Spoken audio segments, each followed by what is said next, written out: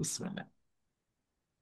تمام، يعطيك العافية. أنا عفا عمرك. مستصيب، المسمى بالمبرمج الفلسطيني، شاب طموح. شاف كثير مشاكل عندنا موجودة في البلد، وبحاول يعني يسوي مبادرات صغيرة لعل وعسى قدرنا نكتسب أو نتعرف على الخبرات الموجودة عند أهلنا في الداخل والخارج، يعني داخل فلسطين وخارج فلسطين، لحتى نقدر من خلال هاي الخبرات نساعد الأجيال القادمة. فمعنا الآن الأستاذ رند، مهندس بناء متخرج من جامعة النجاح الوطنية، بخبرة تزيد عن 18 سنة. فأهلا وسهلا فيك أستاذ رند. عرفنا عن حالك واحكي لنا عن تجربتك في تخصص البناء، وأنت حاليا شو بتعمل أو وين وصلت؟ شكرا صديقي، أنا تشرفت فيك. أنا اسمي رند مسمار، أنا مهندس بناء خريج جامعة النجاح الوطنية. دفعة 102، يعني تخرجت بال 2007 لأنه الهندسة 5 سنين وإتس أوكي، عادي 5 سنين هدول استثمار يعني. آه، أنا حاليا مستشار في إدارة المشاريع وإدارة العقود والتحكيم الهندسي. عندي خبرة 18 سنة في مجال المشاريع الإنشائية، ومدرب إدارة مشاريع وإدارة عقود. تكنيكالي الهندسة آه، أثرت فيي كتير. الستركتشر اللي عملت لي إياه، ومش بالضرورة بالأمور اللي أفكر فيها، وإنما بطريقة التفكير، لأنه مرات الطريقة هي اللي بتأثر على الأوتبوتس اللي بتطلع معك لما تفكر في موضوع معين أو تتناول موضوع معين. فالهندسة ساهمت بجوانب كتير، حتى على المستوى الشخصي، إنه كيف نظرتي للأمور، كيف أتعامل معاها، كيف أحللها. طبعا برضه زي ما بيحكوا الزايد ناقص، يعني مرات الاوفر اناليسيس بيعمل شلل. وهاي اللي ما عادة بتواجه اي حدا بده ياخذ قرار، اللي هو كثرة التحليل وكثرة الخيارات مش بالضرورة تكون نعمة. فالهندسة ساعدتني بهذا الشيء، ساعدتني انه وين الفوكس. وهو اقتداء بقول النبي عليه الصلاة والسلام: احرص على ما ماشي. ينفعك دائما. اي شيء بينفعك احرص عليه، احرص على ما ينفعك. يعني هي حكمة اجتنا من زمان، من 1400 سنة: احرص على ما ينفعك. فبالتالي المنفعة مش بالضرورة تكون والله مادية، مش بالضرورة تكون المنفعة فقط ببوزيشن معين. المنفعة بتيجي من اكسبيرينس، بتيجي من المحاولة دائما. الأساس، أساس أي شيء إنه الواحد يحاول. هذا الأساس، لأنه طالما أنت ما حاولت، انت لسه في، زي ما بيحكوها، انت لسه في البوتنشال، انت في عالم الاحتمالات، في فضاء الاحتمالات. لسه انت ممكن تكون كل شيء بنفس الوقت، انت ولا شيء، لانك انت لسه ما حاولت وما جربت، ما اخذت الفيدباك، ما فكرت ليش هيك الفيدباك، وما كنتش بروجريسيف. هذا هون الخلل عادة بيصير، انه ما بنفكر بالفيدباك اللي بتيجينا، بنتعامل معها بعاطفة، وهي المشكلة. فعشان هيك أنا حابب أبدأ كلامي في نقطة أساسية. إذا بدك تنجح، آه، أول شيء توكل على رب العالمين، استعن بالله ولا تعجز. هاي أساسية، يعني هاي الفاونديشن.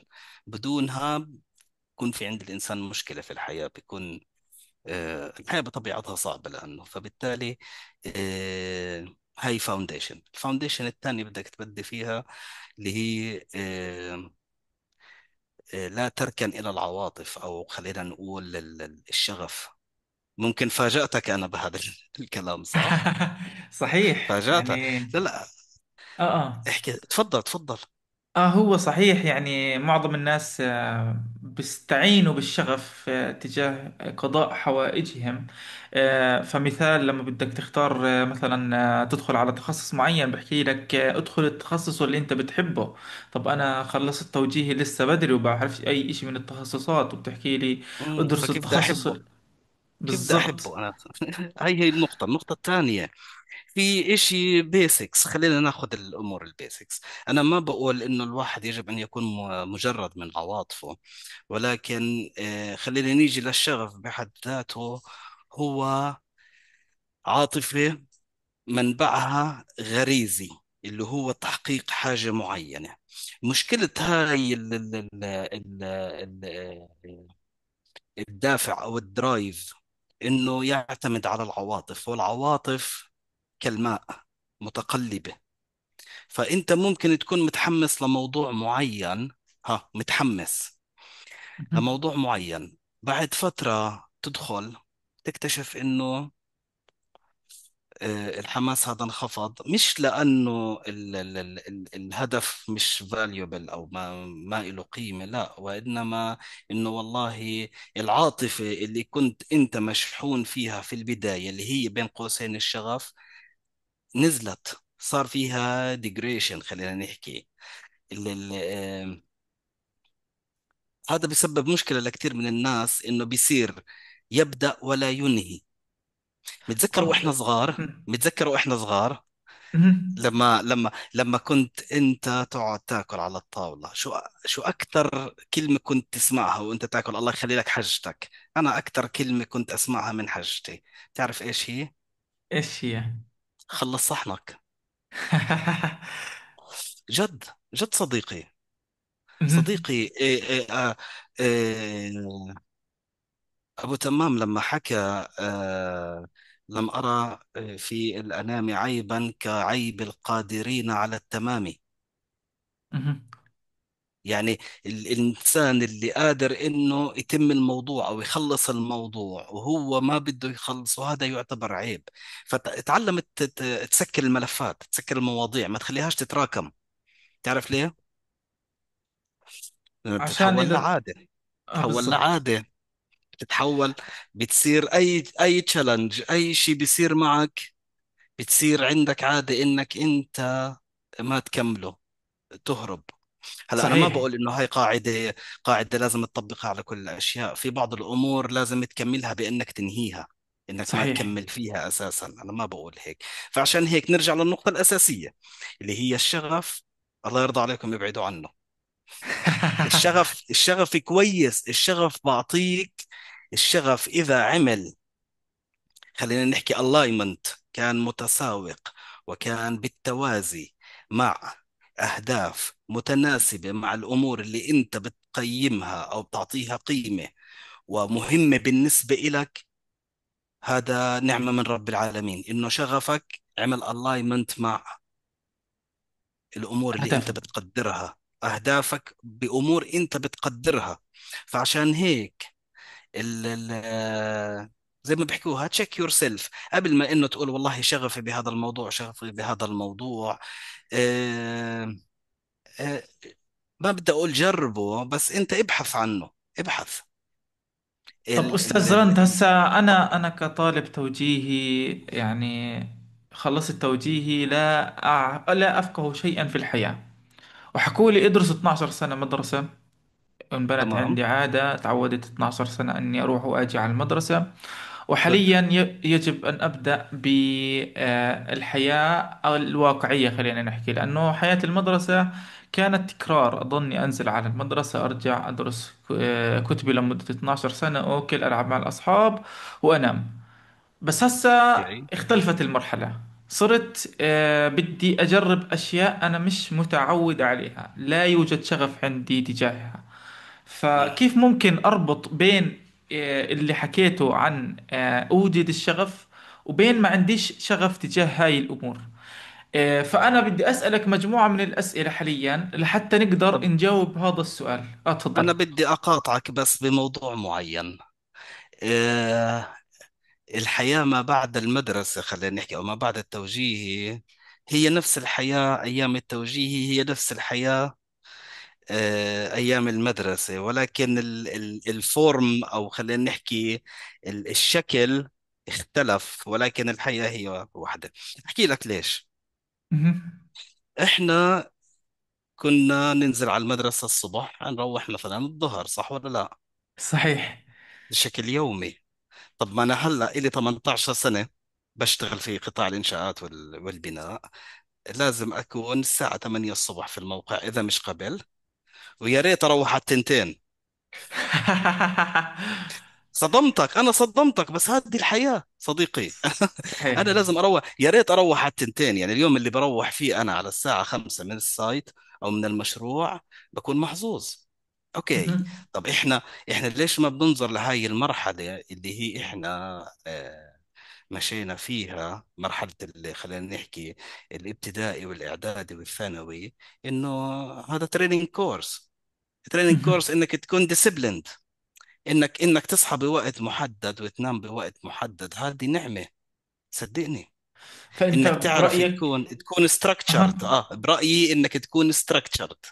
ها. إن أكون structured هو إشي إيجابي لإلي، لحتى ما أعتمد على ما يسمى الشغف اللي بيكون زي جدا المية، وبروح جدا وبيجي. صح. وهذا كيف الإشي اللي بدك، راح يخليني أوصل للأهداف اللي أنا موجودة عندي. اكيد اكيد. كيف بتكون structured؟ بتبني على اللي بنيته من قبل، انت متعود. اوكي، ممكن تختلف الساعات، ممكن انت كنت على المدرسة لازم تكون الساعة 7:30، خلينا نقول تبلش الحصة على الساعة 8.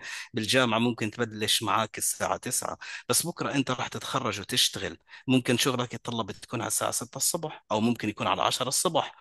it is what it is. ولكن في النهاية انت في سنس وفي minimum concept of discipline لازم يكون موجود عندك. حلو. صح؟ منطق ولا مش صحيح. منطق؟ لا، جميل جدا، صحيح بغض كلامك. النظر، بغض النظر شو كان تخصصك، بغض النظر انت بدك تدرس فنون جميلة او بدك، مع احترام لكل التخصصات، يعني ما بدي ياخذ كلام هيك. بدك انت بدك تدرس طب، بدك تدرس هندسة، بدك تدرس علوم اجتماعية، وات ايفر الديسيبلين هذا اساسي بغض النظر عن صحيح. تخصصك.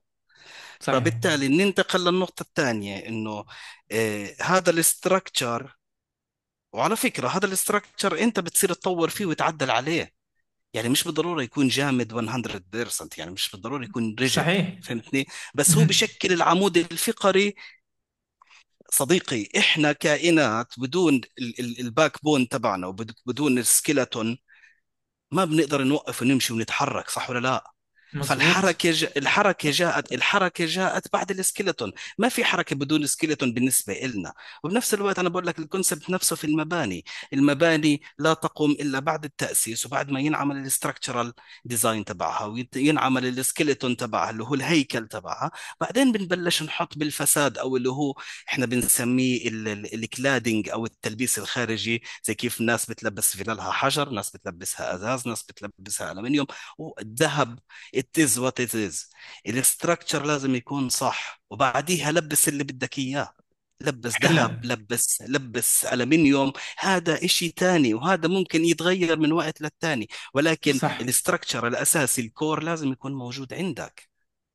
أوكي. صحيح. هذا لازم 100%. يستمر، هذا لازم يستمر. يعني حتى لو وصلت الجامعة مش معناه إنه والله.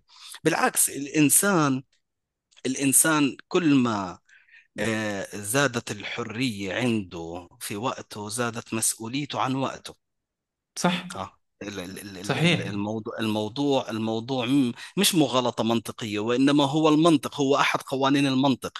كل ما مهم. زادت الحرية في جانب معين كل ما زادت مسؤوليتك باتجاهه وباتجاه التعامل معه. فبالتالي آه، شو ما كان تخصصك الاستراكشر هذا مهم. صح. تمام يا صديقي. هذا صحيح. الاستراكشر هو اللي بيساعدك انك تنجز. هو اللي بيساعدك انك بدك تتعلم مهارة جديدة. هو اللي بيساعدك انك انت تعمل تجارب بسيطة، مش بالضرورة تجارب تستمر لسنوات. تعمل مهم. تجارب بسيطة فيما يخص ميولك واهتماماتك والامور اللي انت ممكن عندك تلنت فيها، بس انت مش منتبه في شغلات كتير احنا بنكونش منتبهين إلها. البيئة اللي حوالينا بتكون منتبهة إلها. تمام صديقي. تمام. أستاذ زرند، إحنا عشان يعني أنا سامحني، بس طلاب التوجيه عادة ما بتكون هاي الإجابات، خلينا نحكي، أو هاي الأمور واضحة بالنسبة لهم، زي ما تقول تطوير التطوير الشخصي مش من الأمور اللي بتهم الطلاب، خلص بكونوا متعودين على الأشياء التي تملى عليهم. فأنا يعني مم. كتبت مجموعة من الأسئلة الستركتشرد اللي هم بدهم يعرفوها عن خبرتك في التخصص اللي أنت بتتعلم فيه، في مجال هندسة البناء أو الهندسة بشكل عام. هسا أنا كطالب توجيهي، خلينا نفترض إني جبت المعدل اللي يدخلني كل تخصصات الهندسة. تنصحني تمام. أكمل جامعة وين؟ أكمل جوا البلد برا البلد؟ وشو الخيارات الثانية اللي في حال قررت أروح لمجال معين من الهندسة بقدر أروحها بأقل تكلفة؟ أو مثلا يعني ممكن أخذ دورة أونلاين تكون كافية عن مثلا 4 سنين جامعة، هذا ما يروج له في دورات التصميم داخل البلد. أنت شو رأيك بهاي النقاط التي طرحتها عليك؟ اوكي. النقطة الأولى خلينا نبدأ فيها. أول شيء، أنا ليش بدي هندسة؟ لازم أعرف الليش. ليش؟ عشان مهم. معدلي هذا سيلكشن ضعيف جدا، صح؟ صحيح. مش عشان أوكي، أنا عشان معدلي بدخلني هندسة. هل هذا فقط؟ سؤال. الشغلة الثانية، أنا حكيتها بدي أرد أعيدها ثاني مرة. examine yourself، أنت check yourself. ما هو سؤال، إذا أنت إنسان بتكره الحسابات وبتكره القعدة الطويلة في التحليل، ليش تروح مهم. هندسة؟ هسا في ناس بيحكوا لك أنا جبت 99 وفي تخصص مثلا هندسة كذا، وهذا الهندسة كل حدا بدخله، هل أنا يعني يعني لا، متخيل إنه هذا التخصص أنا اللي فاهم، معدله أنا قليل فاهم. امم بيستنقص من حاله بس عشان معدله عالي؟ فهو مرات خطأ. في لا بعض لا لا، الناس هذا بيربطوا خطأ. هذا خطأ فادح المعدل. هذا. مهم. لا لا، خطأ فادح. ما يربط المعدل في الكلية. ما يربط خطأ المعدل في الكل. فادح. خطأ فادح، ما يربط معدله في الاختيار اللي بده ياخده. هلا يعني لو لأنه جبت كل 99 بدخل كل التخصصات، كيف بقدر أختار التخصص اللي مثلا يتناسب مع سوق العمل، يتناسب مع يت... شغفي؟ اول شيء يتناسب مع انسان من الشغف. اول شيء، الله يرضى عليك تزعلنيش منك. النقطة الثانية يتناسب مع قدراتي واحتمالاتي كمان. اختار شيء مهم. يتناسب مع قدراتك كبيز بوينت، خلينا نحكي جد. مثل ايش هلا يعني فينا كيف؟ مثل ايش؟ انا في عندي صديق اول سنة في الهندسة مش ماشية اموره. مهم. الشاب، أنا كنت لما أقعد معه أحكي له: باشا، أنت ما شاء الله طريقة إلقائك وطريقة كلامك رائعة جدا، وأنت بتحفظ نصوص، وطريقة جدالك وطريقة بتحسسني إنك أنت بتشتغل مرافعات يعني. مهم. فقلت له: يعني مش انسى أي ضغوط تانية مع إنها راح تكون صعبة، ولكن يا أخي جرب المحاماة. قانون. قانون. جرب قانون. في مثال تاني صار مع صديق إلنا كمان، قعد سنتين ونص بالهندسة. مهم. أنا مرة، أنا أكون صادق معك، أنا مهندس. أنا كنت الحمد لله في المواد اللي إلها علاقة بالتخصص تبعنا، انسى الإجباري أو هذا المتطلبات تبعت الجامعة. كانت معدلاتي لا تقل عن 95 80 من 95 ل 85 ل 80. تمام. مهم. واجهت صعوبة جما، صعوبة كبيرة إني أفهم اللوجيك. مع إني أنا فاهم اللوجيك تبع التصميم الإنشائي، بس أنا ما قدرت أفهم اللوجيك تبع لغة البرمجة السي بلس بلس. ما قدرت أفهم اللوجيك. مهم. يعني حلو.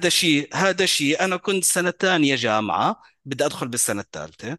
بس بنفس الوقت، اوكي، انا مهندس ستراكتشرد، انا عندي البيز، عندي حتى ادفانس تعتبر. لما تدخل على سنة تانية بتصير الامور تتقدم عندك كمعرفة وحتى كطريقة تفكير. ومع هيك انا اصطدمت بحائط اسمه لغة برمجية.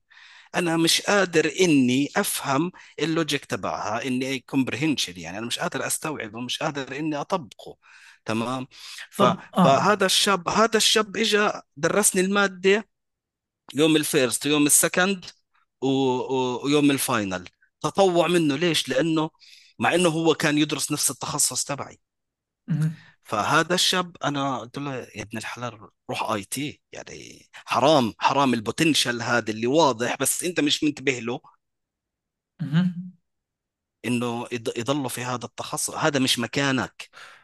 فهو يعني زي ما بتقول وهو انه وحول يا صديقي. حول وكمل في الاي حول. تي. في قريب إلي كان يدرس في كلية طب، ولما أخذ القرار كنت أنا اللي كان أنا يعني خلينا أقول لك الملاذ الأخير اللي يقول له جو ولا ستوب. جد. ايوه. وأنا مسؤول عن كل كلمة، وهي أمانة. وهذا والله الشاب كان حابب يدخلها، هو يدرس طب كان، مهم. بس بصراحة كان حابب يحول فنون جميلة. طبعا قلت له لا، ستوبت، ما تروح فنون ما تحول. جميلة، مهم. ما ليش تحول فنون طيب؟ جميلة. قلت له ليش؟ روح معماري. ليش قلت له روح طيب معماري. ما يروح فنون جميلة؟ هلا لكونسبت معين بدك تاخذ بعين الاعتبار انه ردة الفعل اللي كانت من الاهل انا عارف كيف راح تكون، فبالتالي شيء اهون من شيء بالنسبة لهم. فهمتني كيف؟ مش انتقاصا بالتخصص. فهمتني؟ فهمت الكونسبت تبعي؟ مش طب انتقاصا هسا بالفنون أنا الجميلة. هسا إحنا بما أن فتحنا موضوع التخصص والأهل، إذا أهلي بدهم تخصص هندسة، تخصص طب، وأنا بدي أروح تخصص، خلينا نحكي علاج طبيعي أو طب أسنان، والله شو اهلك ما راح رأيك؟ اهلك ما راح يندعكوا بالحياه بدالك. ما حدا راح، انت لحالك بهاي الرحله. قد ما كان عندك اصحاب، وقد ما كان عندك معارف، وقد ما كان عندك اخوه، وقد ما كان عندك، بالنهايه الحياه رحله فرديه. في كيف ناس راح برأيك تكون بقدر كويسه. أقنعهم؟ والله احكي لك شغله. يعني بالنهاية والدي هو اللي راح يدفع عن القسط، وهو اللي راح يشوف اكيد علي، اكيد. وهو اللي راح آه ينصحني. اول شيء بالمجمل دائما ما فيش اب الا بحب يكون ابنه احسن منه، وهذا هو الشخص الوحيد اللي في الدنيا اللي بتمنى يكون احسن، حدا احسن منه، اللي هو الاب. هي اساسيه. صحيح. صح. فيعني حتى مرات بتكون الجلافه او القسوه في التعامل شويه بدافع المصلحه وليس بدافع الكره. تمام. مهم. حلو. هلا هاي النقطة بدنا نبلش فيها كبيز للتعامل، يعني انه ردات الفعل العنيفة دائما او بديش اقول دائما، ما بدي احكي على سبيل تعميم. الجزم أها. المطلق يعني والتعميم. بالمجمل الردود الفعل العنيفة من للرفض من الاهل ما بتعطي نتيجة كويسة. تمام. مهم. حلو. المحاولات مهمة. تحاول أكثر من مرة المحاولات، معهم. حاول أكثر من مرة معهم. في النهاية شوف هم ما راح البمون يشتغل. عليهم. صح صح. في النهاية مهم. ما حدا راح يشتغل عنك. صح. طب سؤال، ما يعني أنا هسا زي ما حكيت إنه الواحد لازم يكون عنده التزام، ولازم يكون عنده مم. ستركتشر ماشي عليها، ولازم يكون عارف شو بده. طب أنا مش سؤال، هلا احكي لك أنا شغله على آه نقطه شو بده. لا، هي تركي. هي تركي. مهم. الواحد اول شيء لازم يعرف حاله هو. فهمتني يا شو بحب. صديقي؟ يعني examine أها. yourself. انت شو الامور اللي بتميل إلها؟ مش بالضروره تحبها، ولكن انت هاي الامور بالنسبه لك سهله. يعني سهل. كيف انت ما شاء الله كيف عنك بقدر الامور أختبر حالي؟ بالحوار. طب أتأكد. بالحوار كيف بقدر أتأكد؟ الاختبارات بسيطه جدا. مهم. الواحد يراقب نفسه. كيف يعني تراقب نفسك أنا وانت حاليا بتحكي في موضوع معين؟ هلا لاحظ، انت آه. انت لو راقبت نفسك بتلاقي حالك انك انت محاور من النوع اللي خلينا نحكي التفاعل المندمج. مهم. فانت بتزبط لاي بروجرام ولا اي شيء مبني على الحوار التفاعلي المندمج، مش الحوار التلقيني. انت ما مهم. بينفع تعطي محاضرة تلقينية، انت بزبط تعطي محاضرة تفاعلية مثلا. حلو. انت راقبت حالك هلا؟ صحيح ها. لازم نراقب حالنا. هلا لما نراقب حالنا بتعاملنا مع الناس، بتعاملنا مع بالامور اللي احنا في نقطة تانية، في امور دائما بتيجي على بالنا، هاي ما نهملها. مهم. صدقني في مواضيع مرات، في افكار بتيجيك هيك تعرفها. صحيح أكيد، هاي الشغلات إذا راحت منك مرات بترجع لك، حتى لازم امم تسجلها. ينت... ينتبه لها. الواحد بعدين يسأل المحيط. يعني الفيدباك، لما قلت لك عن موضوع الفيدباك من اهله. مهم. مثلا انا صغير، او حتى يعني بعد وانا في الجامعه كانت الحجه الله يسهل عليها بتحكي لي: رند انت بتحكي كثير وبتحكي باللغه العربيه الفصحى. اوكي. جد والله. انتبهت على هذا الموضوع لقيته. بنفس الوقت لقيت حالي اني انا اعطيني دوكيومنت بمسكها بفليها. الدوكيومنت هذا بين قوسين بإدارة المشاريع بيسموه دوكيومنت اناليسز. حلو. فلما كنت أتناول أي موضوع مثلا تعاقدي، كان بالنسبة إلي ما بده سهل. هالجهد الكتير. ما بده هالجهد الكتير، مع انه كل شيء بده جهد. هلا ما نفكر انه الحياة سهلة وكل شيء صح. رينبوز اند يونيكورنز ولا لا لا لا لا لا لا لا لا. الحياة عبارة عن اختبار كل يوم. طب أستاذ وهذا رنت، هسا أنا تفضل. لا لا، تفضل تفضل صديقي، انا كنت بدي اطول سيجاره فقط لا غير. طب بدي أسألك، أنا حاليا خلص التوجيهي، كانت فترة توجيهي سنة كاملة وأنا أدرس يوم بيوم يوم بيوم. حاليا أنا بشعر إن طاقتي تم استنفادها، وحاليا الكل مستعجل خايف تروح منه الفرصة، عنده ما يسمى بفومو، وأنا محتار. الجميع بتسابق على التخصصات، خايف تروح مني الفرصة، وبنفس الوقت مضغوط وبدي ارتاح. في ناس بيحكوا لي ارتاح في هالفصل ولا تتعجل وتروح تخصص وتندم عليه بقية حياتك. انت شو رأيك بهاي المشكلة؟ تعرف أسوأ مخاوف هذا العصر ما هي؟ ايش؟ ال fear of missing out بسموه. مهم. تخاف. زي كيف مر عليك شخص بضله يتابع الترندات. اه للأسف هذا اكيد. إدمان العصر الحديث. صحيح.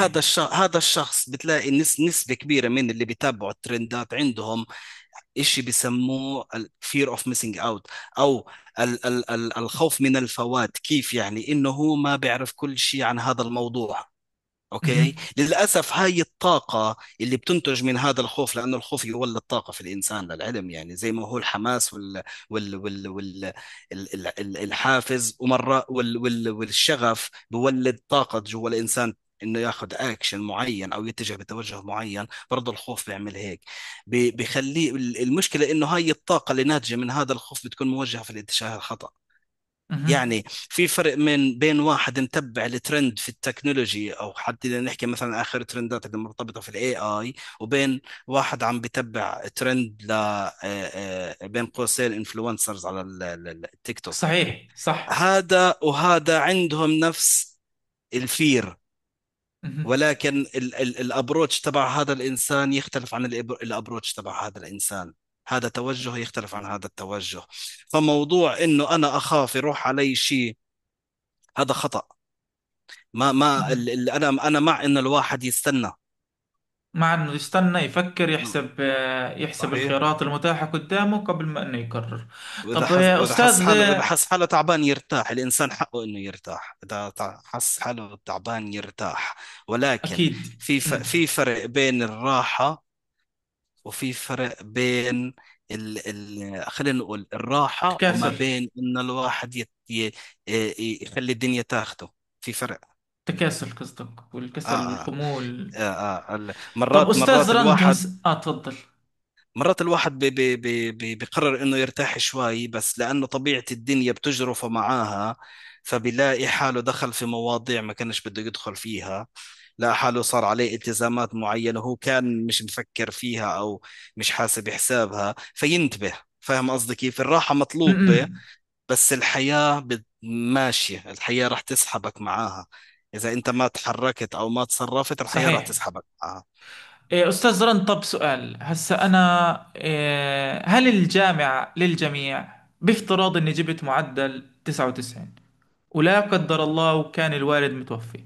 حاولت أدور على منح ولكن لم أجد منحة تغطي تكاليفي الدراسية بشكل كامل أو نفقات مصاريف أهلي، وكنت الكبير في العيلة، ولا بد إنه حدا يعيل عيلتي، ولا يوجد حدا آخر غيري. فهل أنت مع إني أكمل جامعة ولا شو أعمل في حال الحياة كانت أولوية. الظروف ما بتسمح لي؟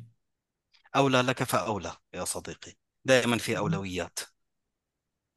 دائما في أولويات. يعني بهاي الحالة أنت حاليا شو رأيك الأولوية علي؟ الأولوية إن أنا support myself and support my family. حلو. أدعم حالي وأدعم عائلتي.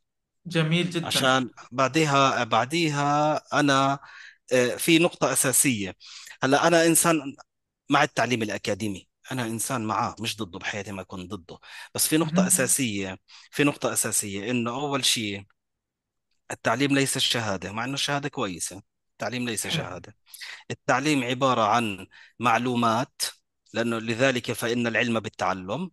معلومات تنشأ عن طريق إنه الإنسان استخدم دماغه وحللها وفهمها، وبعدين حولها لشيء قابل للتطبيق يستفاد منه. حلو.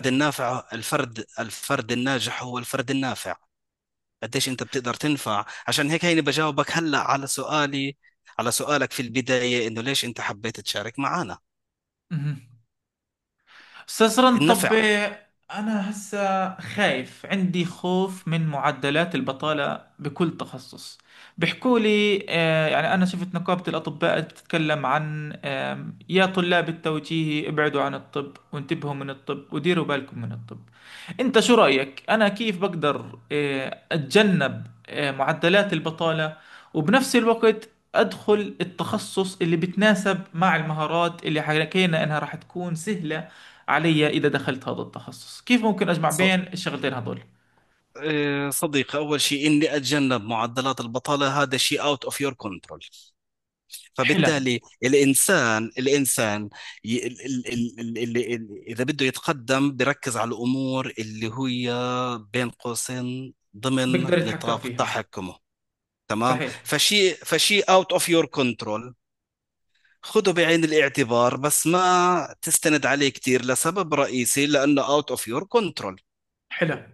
تمام. هلا في نقطة تانية.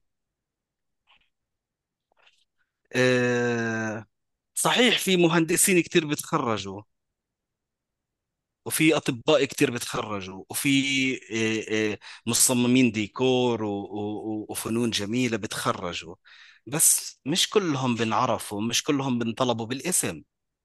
صحيح. ليش؟ ليش؟ ممكن لأنهم ما بيبنوا بيرسونال براند، ما بيتكلموا عن أنفسهم وخلص بيكتفوا بالأشياء الأكاديمية اللي تعلموها، وما الناس يعني you will not be hired if you're the smartest. you will be hired if you يعني إذا كان الناس بتعرفك أكثر. الذي يبيع أكثر هو الأشهر وليس الأذكى زي ما بيحكوها، أو الأشطر. ما بعرف إذا هاي صحيح. الفكرة اللي في بالك. صحيح، ولكن انت بتقدر تكون شاطر وبنفس الوقت تعمل بروموتينج لنفسك وتتميز. صح. ليش شو اللي بيمنعك؟ سؤال. انت داخل على عادة. تخصص معين، انت داخل على تخصص معين، مهم. سؤال، انت داخل على تخصص معين، حلو. وهذا التخصص بيتيح لك الفرصة انه يأسسك وليتر اون تبلش بكارير معينة او في باث معين. هذه خلصنا مرحلة الجامعة اللي هي الفاونديشن للعلم. هلا مهم. اوكي، بلشنا. شو اللي بيمنعك انك تتميز؟ انت. الإنسان ما بيمنعه إنه يتميز إلا نفسه. هلأ في حالات خاصة لا ننكر، في ظروف بتمر على الإنسان إكستريم، ما اختلفنا. مهم. فهمتني؟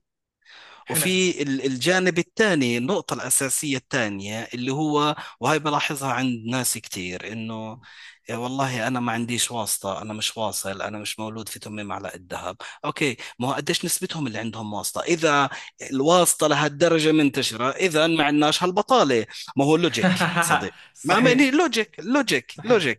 اذا الكل مولود في تمه معلقه ذهب الا انت، اذا كل الناس لازم تشتغل ومحققه احلامها بين قوسين وطموحاتها، وهذا الشيء. فبالتالي هاي الارتكان لهاي الجوانب برضه ما بيساعد. مم. تمام. فهي تمام. النقطة، الحل إنه هو إنما العلم بالتعلم، اتفقنا عليها. مهم. التطبيق والممارسة قدر الإمكان بأي فرصة ممكنة. مهم. التميز عن طريق اكتساب معارف وتطبيقها. ودائما إنه الواحد يكون عنده المهارات الأساسية، وليست المهارات التكميلية. هلا هاي مهارات أساسية، مهارات الكوميونيكيشن، كانوا يسموها من زمان السوفت سكيلز، مهارات الكوميونيكيشن. يعني أنا لما طب أستاذ لما رند، أنا أقابل سامحني. مهندس بهمني إنه يعرف يحكي كمان غير إنه يعرف يحسب. مهم. أستاذ بهمني رند، أنا واحد يعرف سامحني يتعامل. تفضل. على المقاطعة، بس عشان الميتينج راح يخلص كمان بعرفش قديش، ممكن دقيقتين أو دقيقة إشي زي هيك. بس لو ألو. معك أوكي. سامعك. ضايل 4 دقائق للاجتماع، هو زوم ميتينج ليميت. فبدي أسألك أنا، لو صحت لي فرصة أسئلة سريعة يعني، تمام؟ راح تمام أرجع على تمام الأسئلة بشكل سريع، أعطيني إجابات تمام قصيرة. تمام. هل أكمل جامعة ولا أتجه إلى الخيار الآخر اللي هو آه، كمان مرة، هل أكمل جامعة أو بلزم أو هل بقدر إني أروح على المجال المهني مباشرة؟ إذا أنا أصلح للمجال المهني ليش لا؟ يعني مع إني ما ما أكمل ليش جامعة، ليه؟ وعادي لو ليه شايف إنه ليه؟ خلص أنا لحد هون مم. اكتفيت. ليش تمام، لا؟ حلو. ليش عادي عادي. أدرس جوا، لو صحت لي منحة برا فلسطين أو أضل جوا فلسطين، أدرس برا ولا هون؟ سافر سافر. سافر سافر، ليش؟ مش عشان الدراسة برا فلسطين.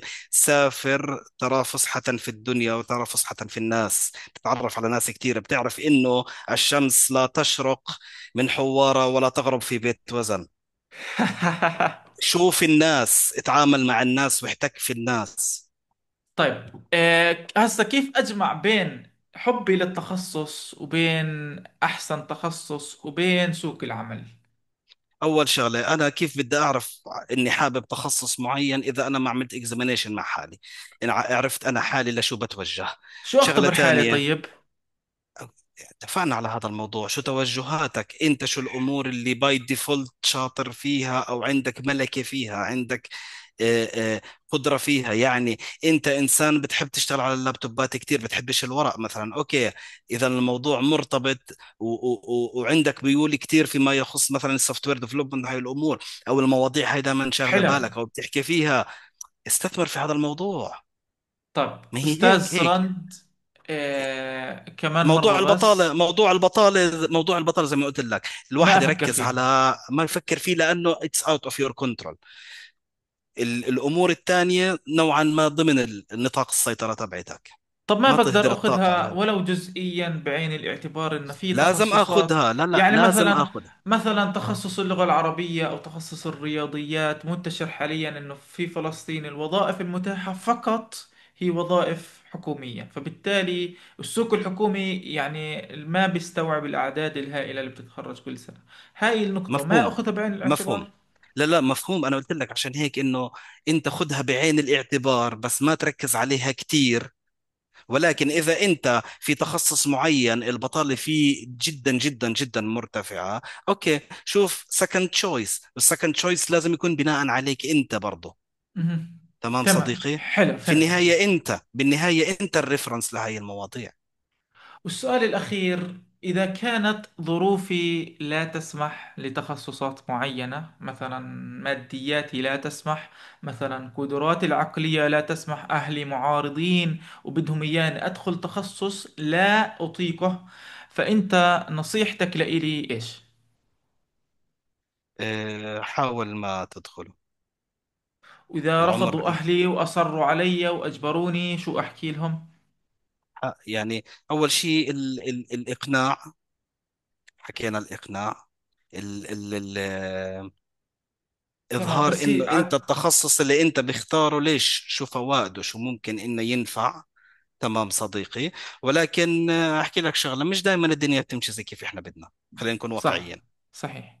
خلينا نكون تمام واقعيين. أستاذ رند، إحنا عشان 20 ثانية ضايلة، وأنا جد بشكرك على هذا اللقاء، وإن شاء الله يعني بوافيك بالملخص الأشياء اللي إحنا عملناها، وبنشرها على صفحة المبرمج الفلسطيني. تمام. تمام صديقي. شرفت فيك والله أستاذ رند، وإن شاء الله يعني بنستفيد من خبرتك، والشباب راح يسألوك على نفس المنشور إذا ما عندك مشكلة. لا لا، أكيد أكيد، مرحبا بهم بأي وقت. تمام، تمام.